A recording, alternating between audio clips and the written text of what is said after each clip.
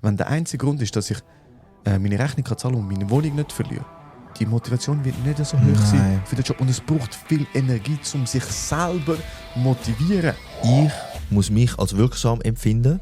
Ich muss können Wirkung erzielen in dem, was ich mache. Es darf nicht schwierig sein, es darf nicht zu einfach sein. Es muss so der Sweet Spot sein. Also die Herausforderung muss passen mit den Kompetenzen. Ja? Und jeder Mensch hat eine riesige Disziplin. In dem, was er gerne macht. In unterschiedlichen Sachen, die zu ihm oder zu ihr passen. Darum ist es mir so wichtig, dass jeder Mensch für sich die Sachen findet, die zu einem passen. Und darum bin ich auch so allergisch auf die Vergleiche, die immer wieder entstehen. Weil das gibt einem das Gefühl, ich muss das auch. Aber es passt vielleicht gar nicht zu mir. Wenn ihr sagt, ihr habt mit Motivation ein Problem und sagt, ich möchte eigentlich motivierter sein, dann gibt es für mich 2 Schritte zu machen. Erstens,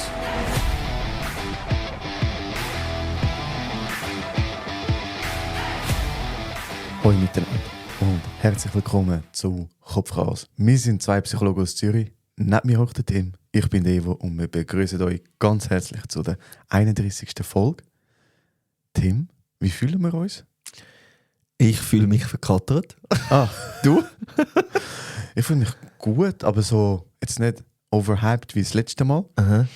Aber auch nicht müde. Es ist so, es kippt vielleicht. Ich glaube, wenn man heute Energie reinbringt, dann kommt das bringen wir ja meistens an. Und bei mir ist es kein schlimmer Kater. Es ist so einer von diesen guten Kater, der so ein bisschen einfach ist ein bisschen lustig, aber ich leide jetzt nicht fest. Okay. Darum, ich bin da sehr optimistisch, dass wir das anbringen.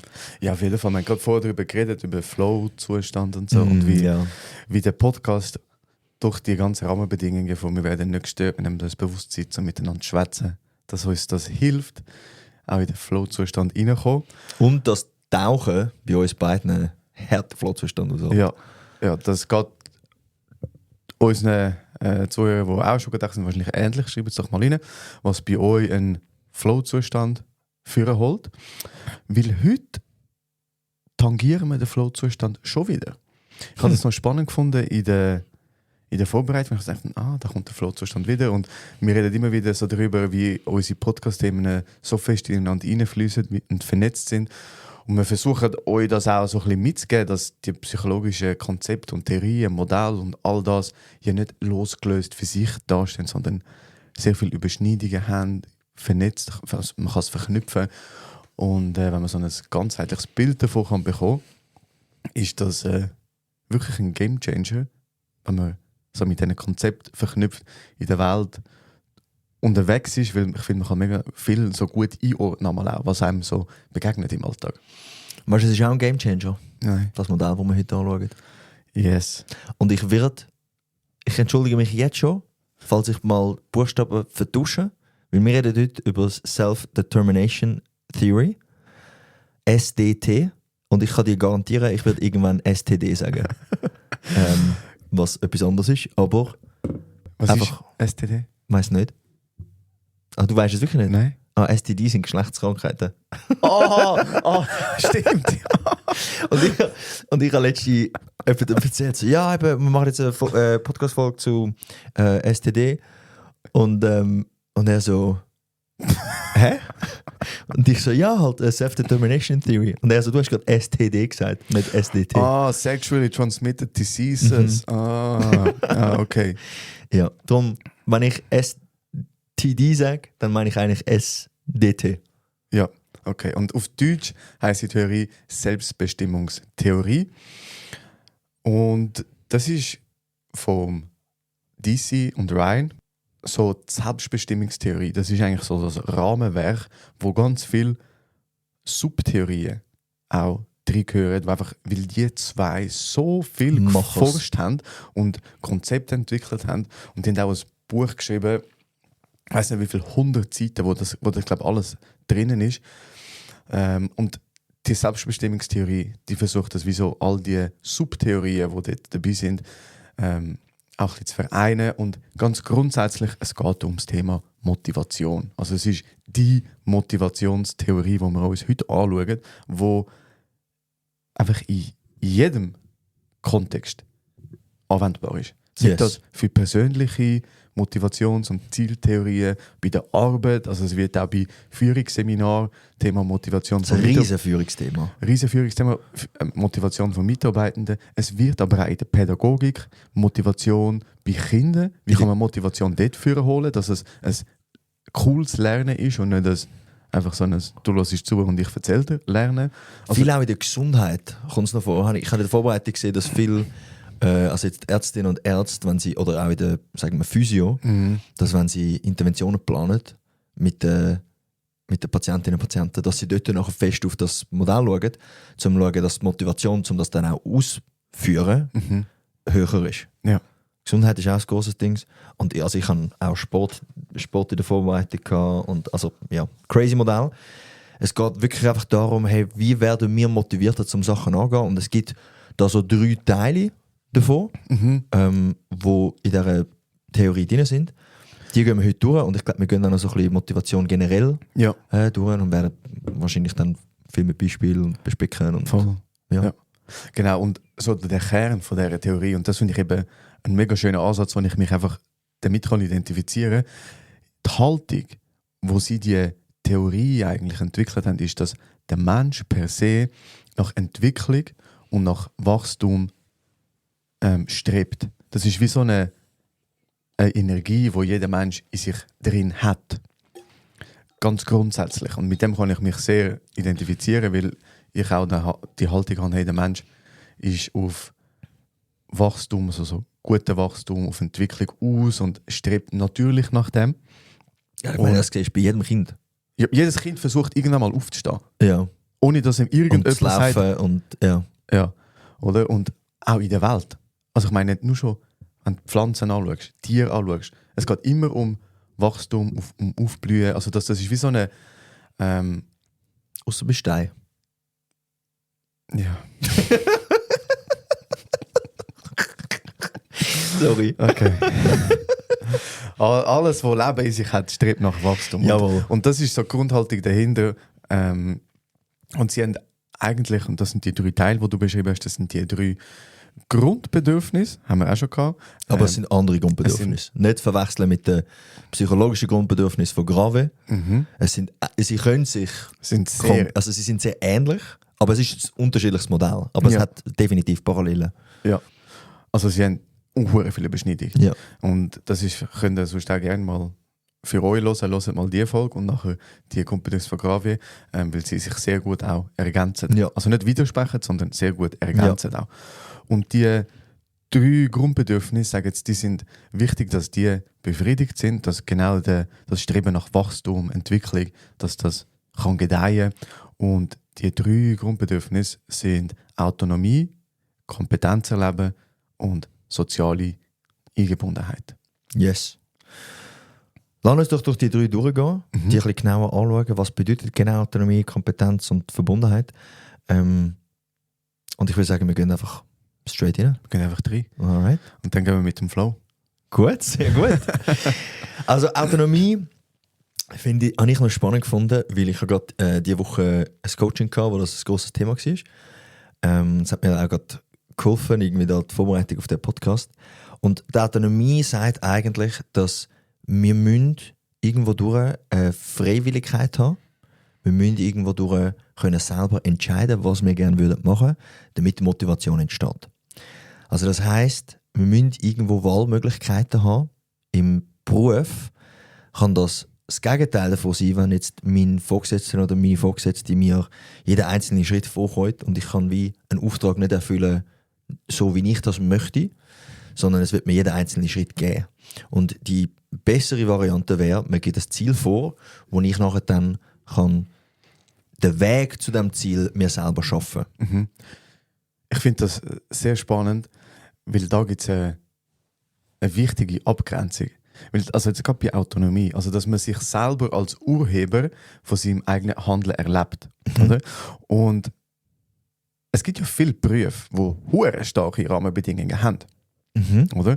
Und da ist eben dann auch die Abgrenzung von Unabhängigkeit oder Individualismus.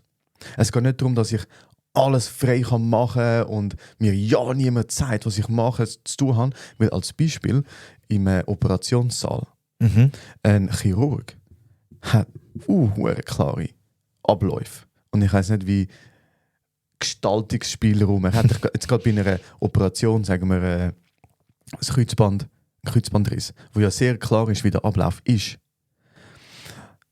Aber, dass man das Bedürfnis nach Autonomie kann auch befriedigt werden, ist das, wenn man trotz der Rahmenbedingungen sich damit kann identifizieren mit den Rahmenbedingungen. Okay. Oder also per se sind Rahmenbedingungen nicht nur schlecht, aber wenn ich auch verstehe und mit denen übereinstimme, mit diesen Rahmenbedingungen, warum es die auch gibt, bin ich trotzdem noch sehr autonom in meinem Handeln, wenn ich etwas mache, wo vielleicht auch trotzdem eingeschränkt ist von außen. Ja. Aber wenn ich mich immer noch als Urheber von meinem Handeln in diesen Rahmenbedingungen sehe, weil ich die Rahmenbedingungen vielleicht auch selber gesetzt habe, ist das Bedürfnis befriedigt. Okay. Ja, also ich habe fest auch mitgenommen in der Vorbereitung, dass es braucht einen Rahmen. Mhm. Und das ist jetzt noch spannend, weil im Coaching sind wir dann auf das zugekommen, dass wenn kein Rahmen gegeben ist, kann es nachher den Einfluss haben, vor allem auf das nächste Bedürfnis, Kompetenz, wo wir dann nachher darauf zurückkommen. Aber du musst irgendwo durch einen Rahmen geben, ein Spielfeld geben und dir selber auch, nicht jetzt nur von Chefinnen und Chefen, sondern du musst dir selber auch einen Rahmen geben, ein Spielfeld, wo du dann aber in diesem Rahmen selber kannst entscheiden, wo gehst jetzt du hin. Also wenn ich als Vorgesetzter einen Mitarbeiter habe und ich sage dem einfach so, hey, komm einfach am Morgen da ins Büro und mach deine Arbeit, kannst selber entscheiden, was für Arbeit das du willst machen und am 5 Uhr gehst du wieder. Dann ist das völlig orientierungslos. Und ich muss irgendwo durch einen Rahmen geben und sagen, hey, schau, das wollen wir erreichen, so soll das Ziel aussehen, so soll quasi das Resultat aussehen, wenn wir fertig sind. Und du kannst vielleicht mit diesen und diesen Vorgehensweisen arbeiten, aber du kannst selber entscheiden. Und dann fühlt sich die Person, und dort kommen wir nachher dann in die Kompetenz hinein, ich will jetzt da noch nicht zu früh, aber dann hat die Person auch eine Aufgabe, wo sie sagt, okay, gut, da kann ich jetzt drinnen arbeiten. Aber wenn einfach das eine grüne Wiese ist, wo du von null kannst anfangen, dann ist es ultra schwierig, um sich auch kompetent zu fühlen. Also in dem Coaching ist es auch fest so Zusammenhang gewesen, Autonomie und Kompetenz, aber nicht, dass wir da jetzt zu weit gehen. Ja. Ich habe dort dann auch mitgenommen, dass, wenn wir mit anderen Leuten zusammenarbeiten, das Bedürfnis nach Autonomie kann man auch geben, indem man verschiedene Optionen gibt. Und wir haben schon mal über das Beispiel geredet von, wenn du ein Kind hast, wo du ins Bett musst bringen, anstatt zu sagen, so, zieh jetzt die Pyjama an, wir gehen ins Bett. Das Bedürfnis nach Autonomie ist nicht gegeben, weil ich sage dir genau, was du machen musst. Wenn ich aber sage, du kannst dein Lieblingspyjama auswählen, weil es willst, das oder das Pyjama, dann ist das Kind so, ja, ich hätte gerne das. Und die Motivation ist viel höher, weil die Autonomie gegeben ist. Ich als Kind kann entscheiden, welches Pyjama das ich will anziehen.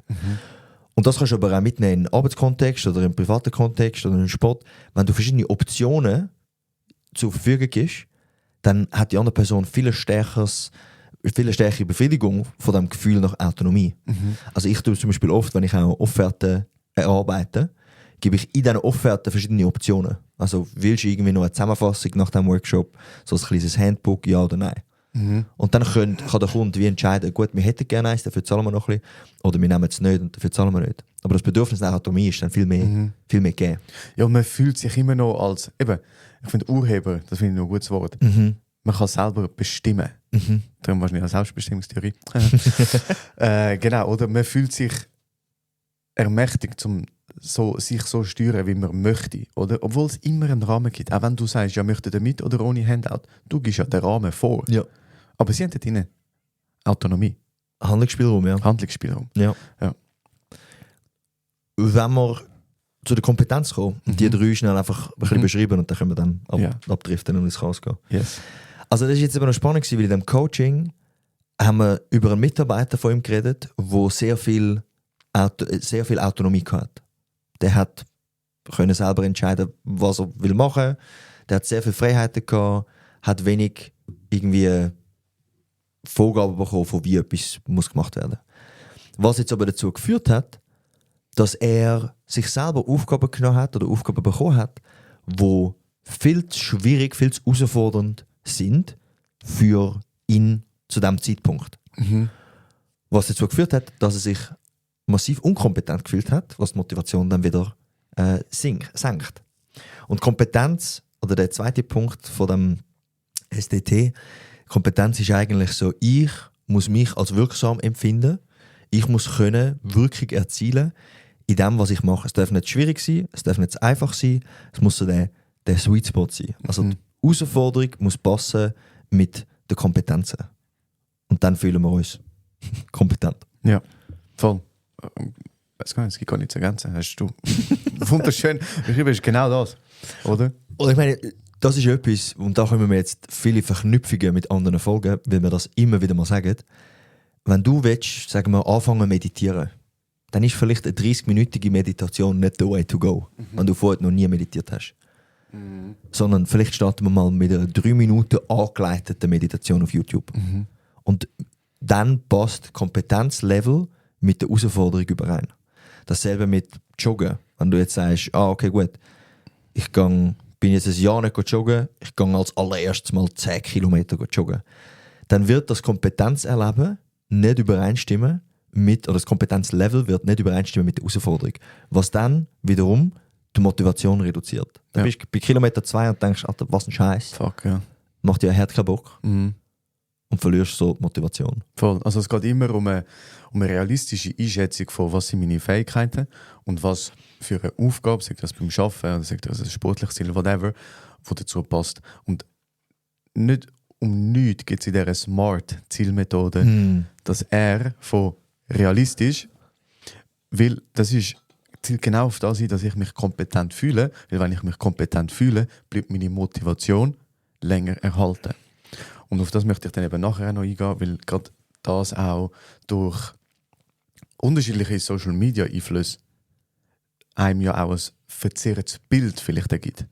Oder? Dass man da das Gefühl hat, ja, das muss ich machen, aber eigentlich gar nicht in mein Kompetenzlevel passt oder auch irgendwie zu meiner Persönlichkeit. Hast du ein Beispiel von so einem Video, das du auf Social Media gesehen hast, wo du so bist? Hey, einfach classy, okay, ich gehe gerade rein. Komm, einfach classy. Ich bekomme das Gefühl, du hast da etwas ganz Spezifisches im Kopf. Also sind wir ehrlich, alle Motivationscoaches erzählen dir genau das Gleiche auf Instagram. So, wirklich ganz oberflächlich. Du musst früh am Morgen aufstehen. Du musst alle Distractions loswerden. Du musst ins Gym gehen. Nicht ein anderer Sport. Es ist immer Gym. Manchmal ist es noch Kampfsport. Was haben wir noch? Tagebuch führen, ganz wichtig. Kalt duschen, noch besser kalt baden. Und am besten bist du noch Single, weil Distractions. Oder, ja. Das ist so, perfekt. Das ist so der Classy oder Focus on you. Ich erfülle, glaube ich, kein einziges. Genau. Und das ist so, egal wer du jetzt nimmst, alle sind so plus minus das. So ein bisschen prophezeien. Mag ja sein, dass das für die Leute, die das prophezeien, passend ist fürs Kompetenzerleben. Vielleicht sind sie per se, biologisch gesehen, Early Birds. Gibt's ja. Andere sind Nachteulen, die einfach nicht schaffen, am 5 Uhr morgens aufstehen.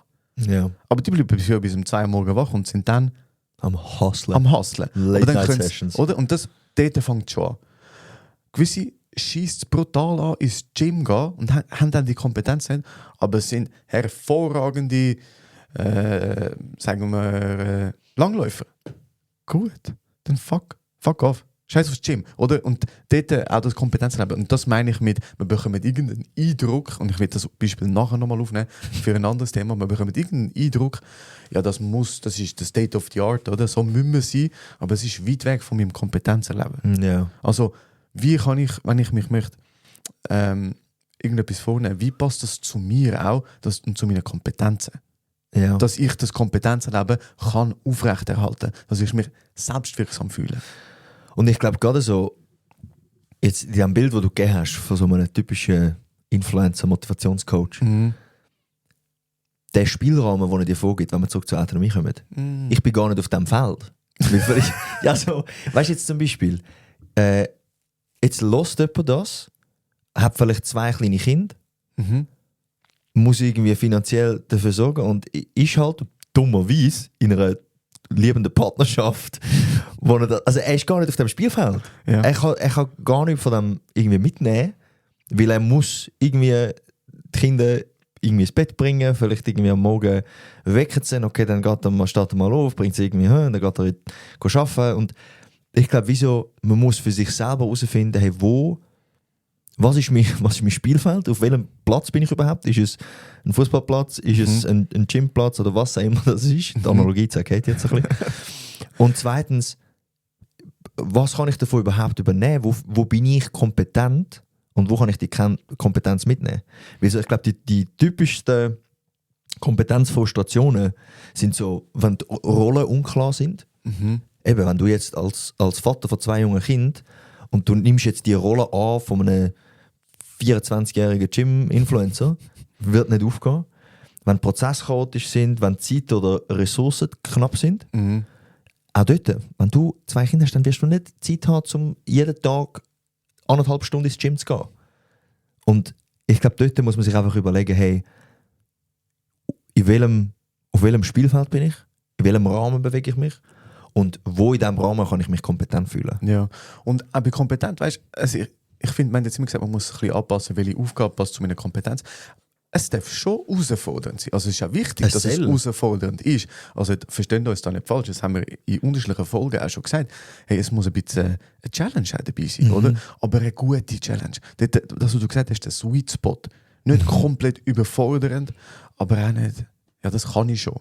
Oder? Sondern hey, ich habe eine gute Grundlage, um mich dort anzuschaffen.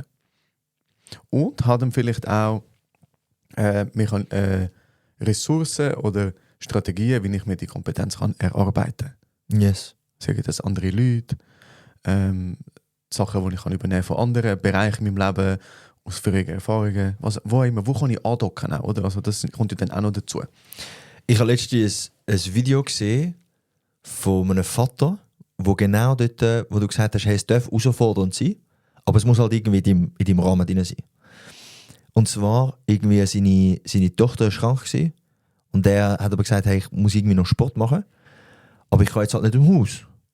Und er hat, glaube ich, irgendwie ein 2-stöckiges Haus mit Stegen und mit dem Keller 3. Und er ist einfach 1,5 Stunden Stegen gelaufen in seinem Haus. Weil er gesagt hat, er muss irgendwie sich noch bewegen, er muss seinen Sport machen.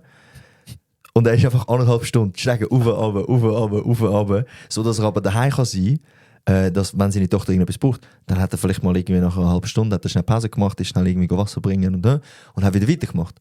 Aber das ist für mich genau so ein Beispiel von, du bleibst in deinem Rahmen und nimmst aber, tust dich selber herausfordern mit einer Aufgabe, die hat ihn wahrscheinlich schon ein bisschen angeschissen, dass er jetzt nicht seinen Sport machen kann. Aber er hat es gemacht. Und dort hast du die Herausforderung von, Wettli brennen dann wahrscheinlich schon ein bisschen, wenn du 1,5 Stunden die Stege rauf und runter laufst. Ja. Aber er ist wie in seinem Spielfeld, in seiner Autonomie, er sich die Freiheit genommen und gesagt, ich mache jetzt meinen Sport, ich bin halt eingeschränkt, aber er fühlt sich dort trotzdem autonom, weil er eine Aufgabe gemacht hat, die in diesem Rahmen möglich war, nämlich er muss daheim bleiben. Und er war so kompetent gewesen, dass er gefunden hat, es muss jetzt irgendwie ein bisschen challenging sein, also laufe ich 1,5 Stunden. Ich weiss nicht, ob er dann nach einem am Anfang noch irgendwie eine Gewichtsweste gehabt hat und so. Aber dort ist es nachher wieder challenging. Ja. Ja. Machbar, aber challenging. Ja. Voll. Dann kommen wir zum dritten Bedürfnis, wo wichtig ist, dass das in Anbetracht, also mit reingenommen wird, aber auch, dass es befriedigt wird, nämlich so die soziale Eingebundenheit. Und dort sehe ich 1:1 den Link zu den Grundbedürfnissen vom Bedürfnis nach Bindung. Also das ist einfach so ein wichtiges Bedürfnis, dass wir sozial eingebunden sind, dass wir gute Beziehungen haben in unserem Leben, die auch Energie geben, die uns stützen, die spannend auch sind, oder? Wo wie gegeben sind. Oder? Und ja, und ich meine, also da 2 einfache Beispiele. Arbeit und Sport. Es kann sein, dass ich beim Job einen super klaren Rahmen habe. Ich habe die Autonomie, ich kann selber entscheiden, wenn ich ans Ziel komme. Ich habe vielleicht genau die richtige Aufgabe von Herausforderungslevel her. Also ich fühle mich auch kompetent, die ersten 2 Bedürfnisse sind gegeben. Und jetzt aber kann ich mit niemandem im Geschäft irgendwie ein gutes Gespräch führen. Es schiessen mich alle an. Ich habe keinen Bock, um irgendwie mit diesen Leuten in Kontakt zu kommen. Dann wird die Motivation für die Arbeit wahrscheinlich nicht gegeben sein.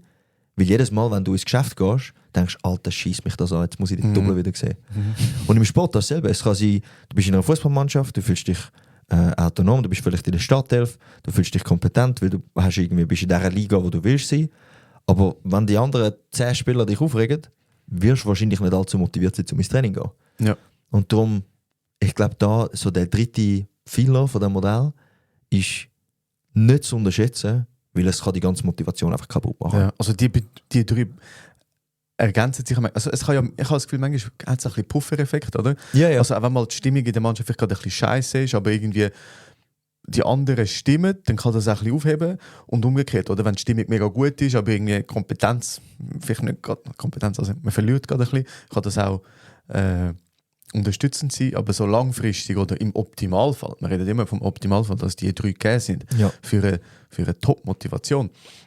Im Optimalfall sind die alle 3 gegeben. Und was ich da auch weitere Verbindung zum Thema Einsamkeit, gell? Also das ist mir jetzt da in der Vorbereitung auch schon nochmal so, und jetzt noch ein paar Mal gelesen, so, dass Einsamkeit die ähnlichen Hirnareal oder Strukturen aktiviert wie körperlicher Schmerz. Mhm. Um einfach nochmal die Wichtigkeit von sozialen Beziehungen vorzuheben. Also wenn wir ausgegrenzt werden beim Arbeiten, wenn wir gemobbt werden in einer Fußballmannschaft, was auch immer, das hat massive Einfluss auf zum einen das Wohlbefinden, auf die Motivation und auch auf wie gehen wir in die Situationen hinein. Voll. Ja. Also können wir festhalten, Ja.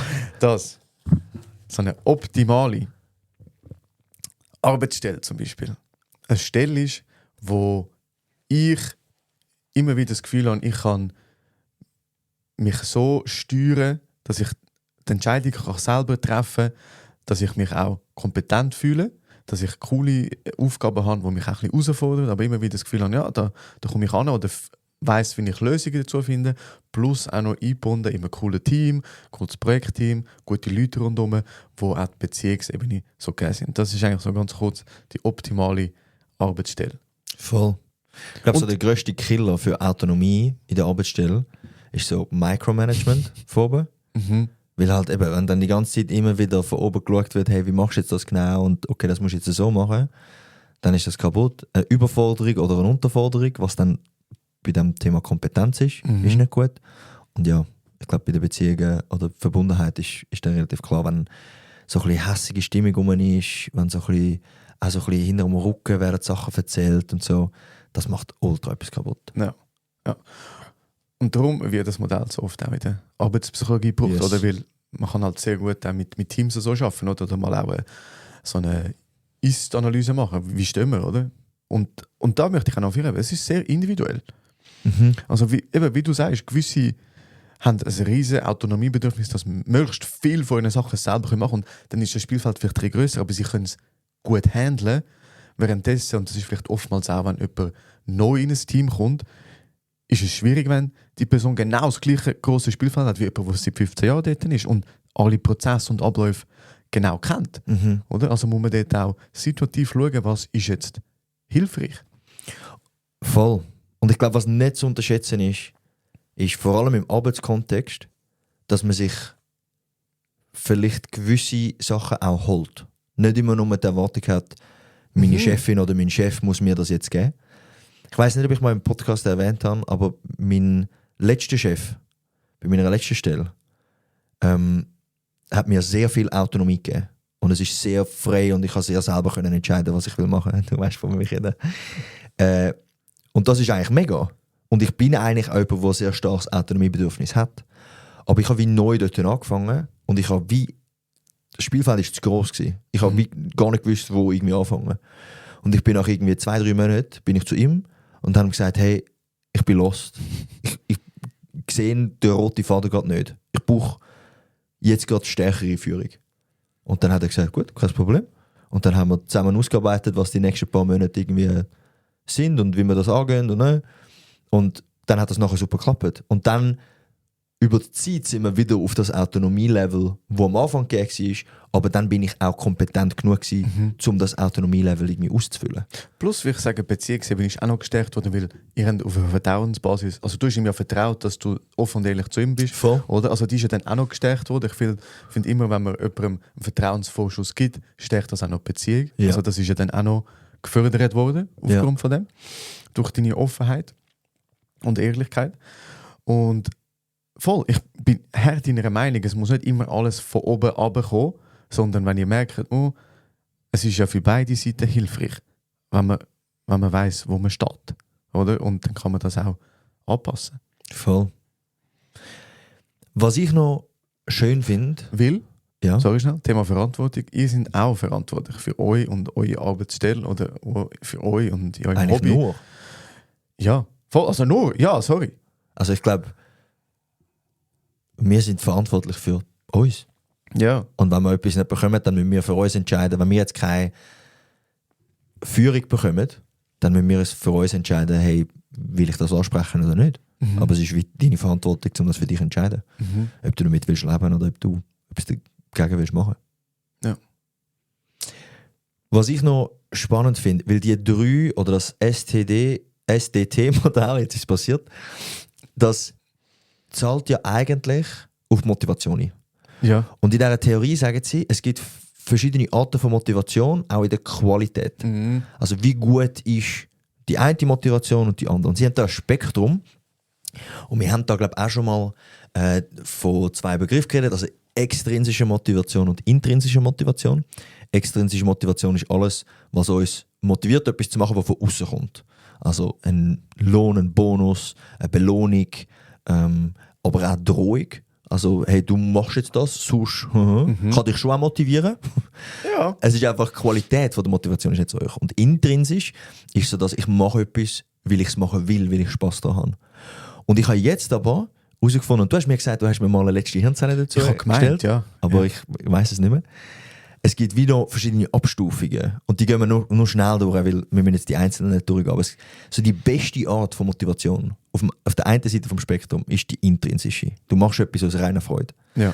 Und dann gibt es Integration, Identifikation, Introjektion, extern. Da sind wir dann schon quasi auf der anderen Seite vom Spektrum mit Introjektion und extern. Und ganz am anderen Ende ist Amotivation. Und das Ja. ist dann wirklich mit so Sinnlosigkeit, es bringt nichts. Und dort daneben ist dann auch so die Drohung drin. Mhm. Von, hey, mach jetzt das. Ja, es geht sogar noch weiter. Also, wenn man das, ich finde es trotzdem noch spannend, weil Drohung würde ich eher bei der externen Ja, ja. tun. Weil bei Amotivation ist, dass ich jegliche Intention oder was mein Handeln genau ausmacht, keinen Sinn da drin sehen, kein Verständnis, nicht mal für Konsequenz. Es ist wie so in dieser Stege, wo du hast müssen putzen, wo es geregnet hat. Ja, es ist wirklich so, ja, genau so. Wirklich, oder? Und also nicht mal eine negative Konsequenz, wo ich Angst hätte, wenn ich es nicht mache, Ja. verstehe ich, sondern es ist wirklich so, ich weiß nicht mal, wieso ich das mache und ich weiß auch nicht, was wird passieren, wenn ich es nicht mache oder ich verstehe nicht, was das für eine Dreckskonsequenz sind. Ja. Oder es ist vielleicht auch gleich. Oder es ist dir auch egal. Ja. Ähm, Ich glaube, das so- ist... Sorry, mach so mal. wirklich Amotivation, ich glaube, da machst du einfach auch gar nichts. Also das löst null Energie aus, um irgendwie ins Handeln zu kommen. Ja. Ich glaube, das ist so der schlimmste Fall, der da passieren kann, wo ich, wenn ich so zurückdenke, so ein bisschen als Sektzeit. So in der 3. Sek. Ah, Pubertät. Ja. Und sagen wir in der 3. Sek, du hast deine Lehrstelle. Du weißt, okay, fürs nächste halbe Jahr habe ich jetzt noch Schule, aber ich habe meine Lehrstelle. Und dann kommt so eine Motivation auf, von für was mache ich das jetzt eigentlich? Die Lehrer sind vielleicht auch nicht mehr so streng. Du selber bist so, ja, scheißegal, was passiert, weil ich fange im Sommer meine Lehrstelle an. Ja. Dann sind sie noch ein bisschen pubertär und sehen vielleicht Konsequenzen auch nicht so. Ja. Dort, finde ich, sieht man das leider noch oft. Ja. Ja, Also ja. im 10. Schuljahr. Ja, total. Also das ist ein super Beispiel. Ja. Ja. Ich bin jetzt gerade mal andere Beispiele am Studieren, aber ich kenne jetzt niemanden im Umfeld. Aber ich habe gemeint, ich habe mal von dem gehört, es gibt doch Leute, die einfach Steuern nicht zahlen. Ja. Also Und- die Steuerhinterzieherinnen. Nein, sondern auch mit den Konsequenzen, ihnen ist es eigentlich egal. Ha. Ich habe gemeint, Geht das? Ich habe gemeint, das gibt, ja, ich glaube wirklich, weil sie sehen den Sinn nicht im Steuerzahlen und sie haben auch keine Angst vor den Konsequenzen oder sie sehen den Sinn nicht in den Konsequenzen, dass einfach nichts gemacht wird. Ja, aber dort hast du dann schon quasi auf dem Spektrum eins weiter in der Mitte extern. Nein, aber Es gibt ja Bestrafung. Ja, aber, sie nicht mal, aber die Bestrafung nehmen sie mal ernst. Es ist ja auch gleich, wie in der dritten Sek. Wenn du hast eine Lehrstab, gehst Ja, in aber die was Schule. heisst es ihnen gleich? Irgendwann kommt dann eine Rechnung, dann kommt ein Ich Money, habe dann kommt ein... letztens gemeint, mit jemandem, mit so Leuten, es gibt natürlich sehr wenig Leute. Und ich habe wirklich auch versucht, bei A-Motivation ein Beispiel aus meinem Alltag. Und ich habe keins gefunden. Weil, Mal die Steine, die du geputzt hast. Im ja, Regen. aber auch dort ist noch ein bisschen, ich habe sie schlussendlich geputzt, weil Ja. ich Angst hatte vor der Konsequenz. Ah, okay. Oder, also ich habe nichts, wo mir auch egal ist, ob ich eine Konsequenz wie das bekomme. Ja. Darum ist mir sehr schön. Ja, also ich habe bei mir auch nichts Konkretes können aufschreiben. Ich habe einfach so gewisse Arbeit, aber ich habe jetzt nichts Konkretes. Ja, aber dann gehen wir Ja. eins weiter, weil ich nehme an, die meisten geht so. Und so der nächste Ding ist so, ich sehe immer noch keinen Sinn, so das externe Regulation, ich sehe immer noch keinen Sinn, Aber ich muss, sonst passiert. aber ich habe XY. Angst vor der Bestrafung. Ja. Genau. Und dann kommt so, die nächste ist so introjizierte Regulation, die geht schon ein bisschen weiter, ist, ich nehme es ein bisschen näher an mich an, weil wenn ich es jetzt nicht mehr mache, hätte ich Schuldgefühl oder ich schäme mich, wenn ich es nicht gemacht habe. Und dort ist dann schon mein Selbstwert auch wieder mit an Bord, weil der würde dann darunter leiden. Also es ist schon ein bisschen näher an, ja, ich... So war es bei mir in der Lehre gewesen. So, Ah. lernen aus Angst zu versagen. Ah. Also so, ich sollte das machen, sonst fühle ich mich schlecht. Ich habe in der Lehre glaub, wirklich einfach nur gelernt, weil ich so war. So, sonst habe ich schlecht Gewissen, dann liege ich am Abend im Bett und bin so, shit, Mondprüfung. Ja. Also hat schon ein paar so Situationen gegeben. Ja. Hey, wir werden euch irgendeinen Link geben, wo das drin ist, weil ich finde das mega spannend. Das ist eine zum krasse Schauen. Übersicht. Weil ich finde es mega spannend, zum all die Handlungsfelder, die man im Leben hat, dort mal einzuordnen. Ja, ich habe für mich wirklich aufgeschrieben, wo ist was. Ja. Ich habe jetzt zum Beispiel Lehre, eben bei dieser Introjektion. Und Studium, vor allem so, ich würde sagen, das Ende vom Master ist für mich fest Identifikation gewesen. Mhm. Von, das ist mir wichtig. Ich Das möchte das sauber abschliessen. Das ist mir wichtig. Aber ich habe jetzt am Schluss vom Master ist dann die Motivation fürs Studium selber nicht mehr riesig gewesen, aus einer intrinsischen Motivation. Aber so anfangs Bachelor sind wir wirklich einfach so Zusammenfassungen geschrieben, einfach weil wir so gewesen sind, so, wir lernen jetzt da wirklich Ja. Neues und wir haben wirklich Weil es wollen cool lernen. ist. Ja. Wir sind Ja. so Streber. Das ist dann so, eben, das ist die nächste, du sagst, das Identifizierte, oder? Also die Handlung wird immer noch als ist persönlich wichtig, man nimmt es als wertvoll, aber es ist auch nicht mega übertrieben, aber es ist, hat einen gewissen Stellenwert. Und das nächste ist dann so das Integrierte, also meine Handlung und das Gefühl, das ich dabei habe, das ist harmonisiert, es stimmt auch mit meinem Selbstkonzept überein, also das ist dann schon sehr, sehr näher So, das bin ich. an intrinsischer Motivation. Voll. Oder? Es hat dann vielleicht immer noch auch eine Komponente, die extern ist. Oder? Ich meine, ich würde jetzt sagen, mein Job jetzt ist integriert. Mhm. Weil es hat immer noch eine externe Komponente, weil ich bekomme Geld dafür. Ja, fair. Also wenn jetzt die Geldkomponente weggehen, ich will es wahrscheinlich nicht mehr machen. Oder nicht mit dieser Intensität. Ja. Oder? Nicht mehr, wahrscheinlich nicht mit dieser Intensität. Oder? Aber so die Inhalt und die Leute und all das, was dort ist sehr, sehr nah bei meinen Werten und was mich auch glücklich Ja. macht und Ja, ja. motiviert. Oder? Und jetzt das Beispiel dann für, auch wenn es keinen Lohn gibt, und ich mache es trotzdem mit dieser Intensität, ist der Podcast. Und da bin Ja, ich Mann. Wir verdienen voll- jetzt kein Geld. Vollgas intrinsisch motiviert. Und es ist mir eigentlich scheissegal, wie viel Aufwand es braucht. Es macht einfach Es macht Bock. Spaß, es bockt. Und ich will sagen, die 3 Bedürfnisse sind auch da super abdeckt. Wir sind sozial eingebunden miteinander. Ja. Wir haben ein höchstes Kompetenzerleben, weil wir lernen Sachen dabei. Das, ja. Wir können an Sachen andocken, die wir schon wissen und uns noch weiterentwickeln. Aber es ist jetzt nicht übertrieben anspruchsvoll, dass wir in die Überforderung gehen, vielleicht ganz am Anfang. bis Und, wir nee, aber alles- am Anfang haben wir uns extra nicht zu hohe Ziele gesetzt. Wir haben wie so gesagt, so, wir starten einfach mal, schauen mal, wie ist Audioqualität, wir schauen mal, wie ist so der rote Faden. Aber wir haben jetzt nicht gesagt, okay, es muss jetzt auf einem professionellen Level sein. Ja. Und wir haben wie nachher dann dort können die Kompetenzen so einordnen, dass wir sagen, okay, es ist herausfordernd, aber es ist wie nicht zu hohe Ziele Ja. zum Erreichen. Ja. Wenn wir jetzt gesagt hätten, Video- und Audioqualität muss sein, wie Mit dem beim, Studio und beim Stephen Bartlett oder was auch immer, Ja. ja, dann jetzt haben wir dann wären wir weit weg vom Kompetenzlevel Ja, ja. gewesen. Und auch, hey, Autonomie, wir geben uns unseren Rahmen, wir können uns dort rein, wir müssen uns auch einen Rahmen geben. Ja. Und wir haben klar über den geredet, ganz am Anfang. Ja. Wie bauen wir es auf, wer macht was, dass es wir eigentlich immer noch können selber gut entscheiden, wie machen wir es und so. Mhm. Ich meine jetzt zum Beispiel, ich weiss, die Folge wie ich schneide. Das ist klar. Aber ich kann immer noch selber entscheiden, wie schneide ich sie, wann schneide ich sie. Schlussendlich muss sie einfach in 2 Wochen da oben sein. Yes. Oder? Ich habe eben in dem, und das ist wirklich eine geile Übersicht und die müssen wir, die findet ihr entweder unten in den Shownotes. Ja, ihr findet sie unten in den Shownotes. Wir tun das verlinken, weil es ist wirklich eine lässige Aufstellung und wenn man selber mal schaut, hey, was für Sachen in meinem Leben mache ich mit welcher Motivationsqualität, ist wirklich noch interessant. Und ich habe mich selber erstaunt mit etwas, wo bei mir in der Integration ist. Mhm. Und zwar Networking. Mhm. Ich habe eigentlich gemeint, so, das ist etwas, was ich sehr gerne mache. Aber habe dann müssen erkennen, dass Networking, wenn ich gehe networken oder wenn ich irgendwie mit Leuten in Kontakt gehe oder ich gehe irgendwo an ein Fest und ich tue irgendwie mit unterschiedlichen Leuten reden, dann ist das eher eine Integration als eine intrinsische Motivation. Mhm. Was? Erzähl. Also Integration ist ja so, das bin ich identifiziere mich so. Und eine intrinsische Motivation ist, ich mache das gern.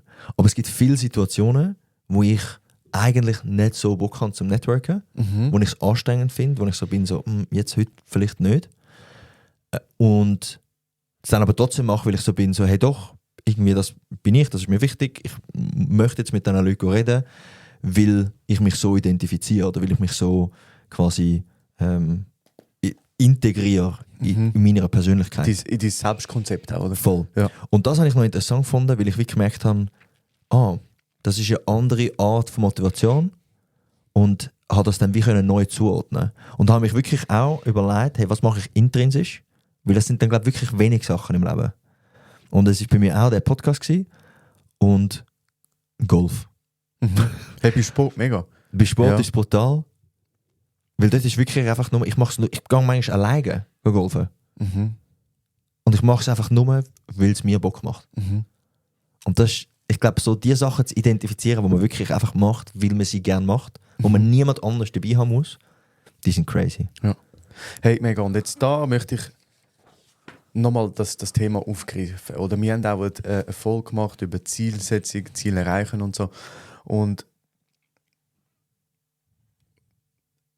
die Punkte, die wir jetzt gesagt haben, wenn das auf Ziel zutrifft, oder also wenn das Ziel oder die Tätigkeit möglichst nah bei intrinsisch ist, muss nicht bei intrinsisch. Natürlich wäre es schön, aber es kann auch bei integriert oder identifiziert sein. Aber das braucht so viel weniger Energie. Ja. Und das ist für mich der entscheidende Punkt. Es braucht so viel weniger Energie, um dann etwas zu machen, als wenn es irgendwo gesteuert wird aus einem inneren Druck oder das Gefühl von fuck, jetzt hast du schon wieder nicht gemacht, Ivo.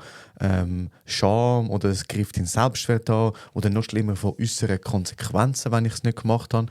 Wenn das dort ist, es braucht so viel Energie, um mich jeden Tag dazu zu motivieren, das zu machen. Also wenn ich nur arbeite, dass ich meine Wohnung nicht verliere, und ich tue das bewusst vermeidend formulieren, wenn der einzige Grund ist, dass ich meine Rechnung kann zahlen und meine Wohnung nicht verliere, die Motivation wird nicht so hoch sein für den Job. Und es braucht viel Energie, um sich selber zu motivieren. Und dort sind wir dann so bei dem Thema, so reine Willenskraft. Ich stiere mich jetzt dort durch. Das sind dann wieder auch so die Guys auf Instagram. Genau. Und Just do it. just do it, ja. Ja. Und wenn wir aber näher sind, das Ziel und die Aufgaben näher an meinen persönlichen Wert sind, ich mich dort drin, die 3 Bedürfnisse auch befriedigt sind, das braucht so viel weniger Energie. Und dort rede ich persönlich von Selbstregulation. Also ich kann mich regulieren, dass ich das gerne mache, dass mir Freude macht. Es gibt mir Energie, es gibt mir Motivation, um das zu machen. Und es braucht so viel weniger Anstrengung als das andere. Oder? Und dort ist dann immer so, ja, es braucht einfach eisernen Willen, bis durch und so. Disziplin. Wann entsteht Disziplin? ich glaube, wir zwei haben die höchste Disziplin bei diesem Podcast. Das stimmt. Wir haben eine riesige Disziplin bei dem Podcast, weil es unsere Grundbedürfnisse befriedigt, weil es Spass macht, weil es intrinsisch weil ist. es intrinsisch ist. Wir haben eine riesige Disziplin. Das stimmt, ja. Und jeder Mensch hat eine riesige Disziplin In dem, was er gerne macht. in unterschiedlichen Sachen, die zu Ja. ihm oder zu ihr passen. Und darum ist es mir so wichtig, sorry, dass ich gerade so intensiv am Reden bin, aber darum ist es mir so wichtig, dass jeder Mensch für sich die Sachen findet, die zu einem passen. Und darum bin ich auch so allergisch auf die Vergleiche, die immer wieder Ja. entstehen. Weil das gibt einem das Gefühl, ich muss das auch. Aber es passt vielleicht gar nicht zu mir. Und dann versuche ich, mich irgendwie da durchzubeissen. Es braucht so viel Energie, um das zu machen, wenn all meine Kollegen Rennvelo fahren. Und ich jetzt auch anfange Rennvelo fahren. Aber ich muss mich immer überwinden. Die ganze Zeit. Es ist so anstrengend. Ja, und jetzt stell dir vor, jetzt nehmen wir das Beispiel von Rennvelofahren. Die machen das auch schon seit 2 Jahren. Jetzt, du hast das Bedürfnis nach Verbundenheit. Eins von diesen 3. Und bist so, ich gehe jetzt auch. Aber du hast die Kompetenz gar nicht. Du gehst jetzt mit denen auf die Velotouren und es schießt dich einfach nur an, weil sie sind viel schneller als du, weil sie einfach 2 Jahre länger trainiert haben. Und dann ist dort nachher dann auch die Motivation ist im Seich drin. Ja, und Autonomie ist auch nicht gegeben. Ich mache es nur, dass ich die sozialen Dinge habe. Ja. Nicht, weil ich das möchte. Oder du kannst vielleicht die Routen auch nicht mitplanen. Nein, weil Weil sie sind ja schon eine Gruppe und sie haben das alles schon geplant und das heisst, ja. Also eigentlich, ich glaube, was jetzt da wichtig ist zum Mitnehmen, wenn man etwas will mitnehmen. Wenn ihr sagt, ihr habt mit Motivation ein Problem und sagt, ich möchte eigentlich motivierter sein, dann gibt es für mich 2 Schritte zu machen. Erstens, nehmt die Liste, die wir unten werden verlinken, von diesen unterschiedlichen Qualitäten von Motivation. Also von intrinsisch bis an Motivation. Und tünt mal die Sachen, die ihr macht, auf dieser Skala zuordnen. Hey, was ist wo? Und dann, wenn ihr sagt, hey, ich möchte eigentlich da mehr Motivation haben, dann schaut ihr die 3 Grundbedürfnisse an und dann schaut, okay, was fehlt mir? Fehlt mir Autonomie? Fehlt mir Kompetenz? Oder fehlt mir Verbundenheit? Und wenn du dann dort kannst daran arbeiten, dass du mehr Autonomie bekommst, wenn dir das fehlt, oder Kompetenz oder Verbundenheit, dann glaube ich, dass es einfacher ist, um für etwas motiviert zu werden. Und ich glaube auch, dass wenn du etwas bei, sagen wir, Introjektion kannst platzieren, also sagen wir so, in der Mitte von extrinsischer zu intrinsischer Motivation, du machst etwas, weil du dich so schlecht fühlst, wenn du es dort kannst einordnen kannst, ist es vielleicht auch einfacher, um das so zu akzeptieren. Und es fällt dir dann einfacher, etwas zu machen, weil du dir bewusst bist, ich mache das, weil ich mich so schlecht fühle, ich will es aber trotzdem machen. Ja. Und dann ist es vielleicht auch einfacher, um das irgendwie zu platzieren und damit abzuschliessen. Ja. Also im ersten Schritt mal seine Themen, wo man gerne motivierter wäre, auf dieser Liste platzieren und nachher ganz konkret analysieren, welche von diesen 3 Grundbedürfnissen, also Autonomie, Kompetenz und Verbundenheit, fehlt mir da. Ja. Und ich habe das Gefühl, das kann schon recht etwas bewirken, Hey, mega. um die eigene Motivation irgendwie besser zu verstehen und vielleicht auch zu erhöhen. Ja, voll. Schön, sehr schön zusammengefasst. Soll ich dir etwas Lustiges erzählen? Ich bin ja mega empfänglich für so Motivation-Videos. Oder? Also seit Jahren. Ich höre die wirklich seit, keine Ahnung, 12. Also doch auch schon lange. Und ich bin mega empfänglich für das. Und ein Traum, den ich hatte, war so, ich will Motivational Speaker werden. Und ich habe so Videos geschaut vom Les Brown spezifisch und der war so in einer Arena gewesen, mit ich weiß nicht wie viel 1000 Leuten und der die Motivation Speech aushaut, natürlich auf YouTube noch mit so geiler Musik hinten dran. Und dann so einen Adler im Hintergrund. Hey, crazy. Und ich bin wirklich so gewesen, wow, das will ich auch werden, oder? Und aus dem Grund habe ich mich dann auch mega stark mit so Motivationstheorie auseinandergesetzt. Ich habe meine Seminararbeit über Motivationstheorien wie die, unter anderem Selbstbestimmungstheorie, geschrieben. Ich habe meine Bachelorarbeit über Zielsetzungstheorie und so geschrieben. Und das Thema hat mich so gehuckt. Und irgendwann habe ich aber gemerkt, nein, ich will kein Motivational Speaker werden, weil ich gemerkt habe, wie differenziert Wie unterschiedlich es für jeden ist. Ja, und darum bin ich jetzt aber mega stark in dem Thema Self-Leadership und Selbstregulation, weil ich dann gemerkt habe, hey, wenn ich Leute kann befähigen, wie sie sich selber können regulieren können, ist das viel der größere Mehrwert, als wenn ich vor 20'000 Leuten einen riesen Speech raushau, aber niemand davon kann etwas umsetzen. Darum habe ich mich von diesem Traum leider ein bisschen verabschiedet, aber ich finde es immer noch crazy, wenn ich so Sachen sehe, wie man ein Stadion kann füllen und so. Aber kommen die Leute, wenn jetzt die so an einen Motivational Speech gehen, kommen die nur für diesen Speech Ja. und gehen dann wieder? Ja.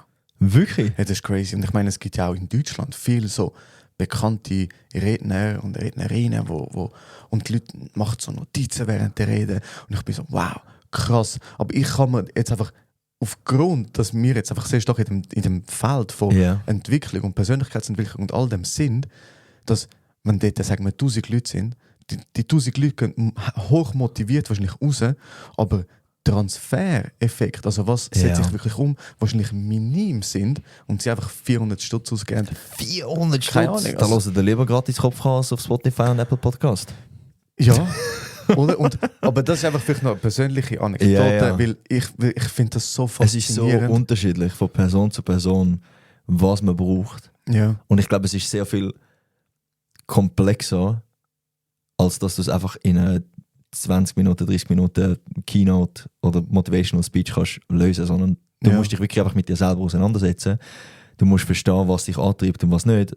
Was sehr unterschiedlich ist von Person zu Person. Und dann für dich herausfinden, was funktioniert. Ja. Und auch hinterfragen, von wo kommt der Antrieb, dass ich das jetzt machen will. Also kommt es wirklich von mir oder kommt es vielleicht auch von sozialen Vergleich? Ja. Ich finde das wirklich eine krasse Darstellung. Und ich meine mehr mit der arbeiten. Vielleicht auch in Coachings. Ja, also ich finde die mega gut. Und auch, jetzt gerade Thema Podcast. Ich meine, es gibt ja mittlerweile so viele Podcasts und auch dort mal vielleicht zu schauen, wieso startet man einen Podcast? Wir haben ja 0 extrinsische Effekte mit einbezogen. Also irgendwann dann so 4., 5. Priorität schon. Aber die meisten sind gewesen, weil wir Bock hatten, miteinander etwas zu machen. Oder? Ja. Und das können wir uns immer geben. Das ist immer in unserem Circle of Control. Immer. Ja. Und darum ist vielleicht auch so, dass andere Podcasts, die als Marketinginstrument gebraucht werden, die sind auf ganz anderer Ebene. Gerade wenn sie in Unternehmen drin sind. Ja, voll. Voll. Hey, ja. Oder Podcasts zum bekannt werden. Ja. Es gibt mittlerweile auch viele Influencer, die einen Podcast haben. Ja. Vielleicht sind wir da einfach neidisch, weil sie bessere Zahlen haben als wir. Maybe. Aber, bevor wir zu der letzten Hirnzelle kommen, vielleicht sollen wir Big News schon schnell announcen. Ich weiß nicht, welche du meinst, aber hau raus, ja. Also. Ich glaube, wir haben es mal angetönt. In einem Podcast, der schon ein Zeitchen her ist.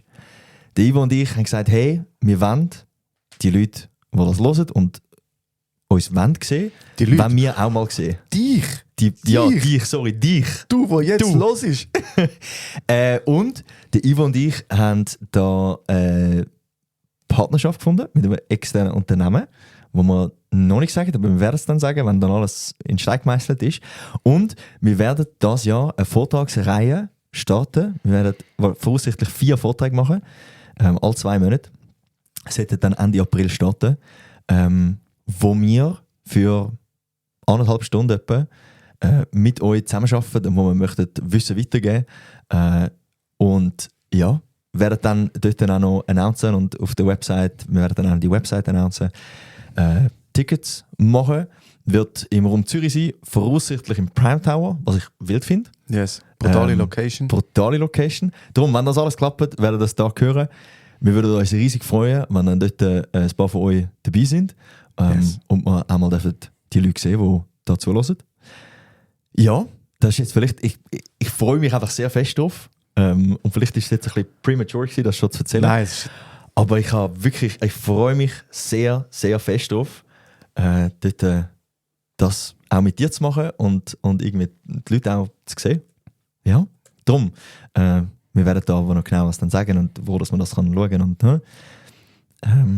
ja. Jetzt bin ich aufgeregt. Alright. Ich habe eine letzte Hirnzelle für dich, Ivo. Okay, wie viel steht? Ich weiss es nicht. Statt 2,5:1. Vielleicht. Wer hat 2,5? Du? Schon. Ich glaube. Ah, nein, oder 1,5. 1,5:1. 1,5:1. 1,5:1. Ja, vielleicht. Also, wir müssen es noch mal anschauen. Wir tun es dann in der nächsten Folge korrigieren, falls es falsch ist. Ich habe jetzt aber eine Frage für dich. Und zwar, was beschreibt den Spacing-Effekt? Und jetzt kommen 4 Aussagen, die alle wahrscheinlich für sich stimmen, aber wenn ich vom Spacing-Effekt rede, dann meine ich etwas ganz Spezifisches. Also was beschreibt der Spacing-Effekt? Ist es A, Beziehungen, die regelmäßig Abstand haben, heben länger. Lernen verteilt über Zeit ist effektiver. Der Spacing-Effekt beschreibt das Gefühl von Astronauten, wenn sie auf die Erde schauen und so das Gefühl von, hey, das ist eigentlich, wir müssen mehr zusammenheben. Oder ist es D, Führen auf Distanz führt zu mehr Unklarheit in der Rolle? B. Lernen verteilt über Zeit ist effektiver? Das ist korrekt. Stark. Geil. Du hast so gesagt, Spacing-Effekt. Ich so, fuck, Spacing-Effekt.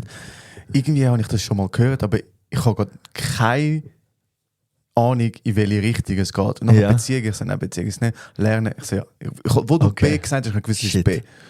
Ja gut, also in dem Fall. Ich glaube, dann steht jetzt 2,5:1. Aber wir werden es korrigieren, falls das nicht sollte stimmen. Yes. Ja, Lernen verteilt über Zeit ist effektiver. Darum schiebt nicht alles raus. Die Semesterferien sind jetzt dann vorbei. Wenn ihr studiert, dann fangt doch genug früh damit an. Wen grüßen wir, Ivo? Wir grüßen alle, die ein Hobby haben, wo sie intrinsisch motiviert sind, die regelmäßig die Freude geniessen können. Wir grüßen euch. Und für die sich jetzt nicht angesprochen gefühlt haben, wir wünschen euch, dass ihr das durch vielleicht ein bisschen die Podcast-Folge für euch könnt erarbeiten, nochmal in euch reinhört, was macht mir so richtig Freude. Dass ihr das für euch könnt im Alltag etablieren, weil es tut so gut. Ja. Hey. Spannende Folge gewesen. Ganz geil gewesen. Wir wünschen euch... Oh, sorry. Nein, erzähl. Nein, mach du. Ich hoffe, ihr habt es auch so gut gefunden wie wir. Gebt uns da auch ein realistisches Feedback. Sehr gerne. Also wirklich, wir sind offen für Feedback. Wir wollen auch eure Bedürfnisse können mit einbeziehen, eure Autonomie auch geben, in dem Rahmen, wo es im Podcast dann möglich ist. Und auch unser soziales Bedürfnis werden wir durch die Vortragsreihe noch weiter ausbauen. Und wir wünschen euch einen hervorragenden Start in die Woche. Hey, und weil wir es schon lange nicht mehr gesagt haben, wenn ihr jetzt noch nicht folgt, dann drückt doch bitte schnell den Button. Wie gesagt, wir sind euch sehr dankbar, wenn wir eine Bewertung bekommen. Beste 5. Am besten 5, ja. Und hey, ganz eine schöne Woche. Geniessen es. Geniessen den fast schon Frühlingsstart. Und wir hören uns in 2 Wochen wieder. Macht's gut. Ciao zusammen. Ciao miteinander.